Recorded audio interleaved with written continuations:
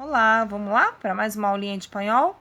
Hoje vamos falar do presente do indicativo, ou seja, vamos contextualizar, né? A gente vai falar dos verbos que se encontram no presente do indicativo.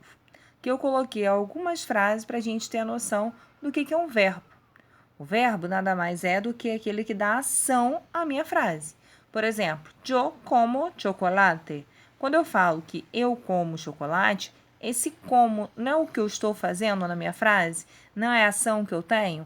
Igualzinho eu tenho na próxima. Ó. Me siento feliz hoy.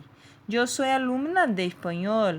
Yo conozco muchos animales. Então, cada verbo é aquele que dá ação, é aquele que faz agir a minha frase.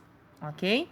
Então, vamos lá. A gente vai ver os verbos que são regulares. Por exemplo, todos os verbos regulares que terminarem AR, esse aqui da primeira coluna, eles, para serem regulares, eles têm que ter o mesmo radical, ou seja, que é a base do meu verbo, juntamente com a minha conjugação.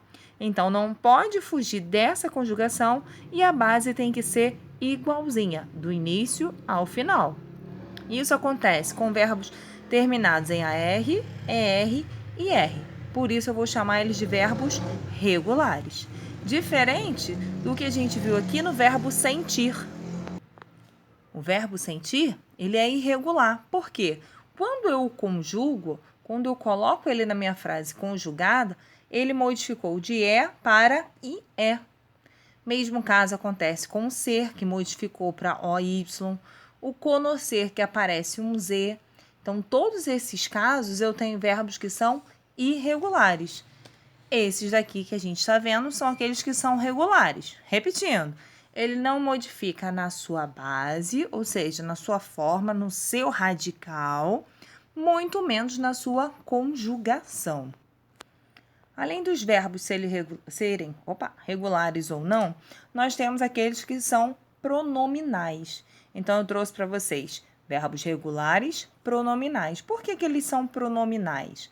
Toda vez que o verbo terminar com SE no final, de amar-se, peinar-se, acostar-se, despedir-se. Então, todos que terminarem com SE no final, eu vou chamar eles de verbos pronominais. Por quê? Porque ele vai necessitar do seu pronome na frente do verbo. Por exemplo, yo me llamo Daviane.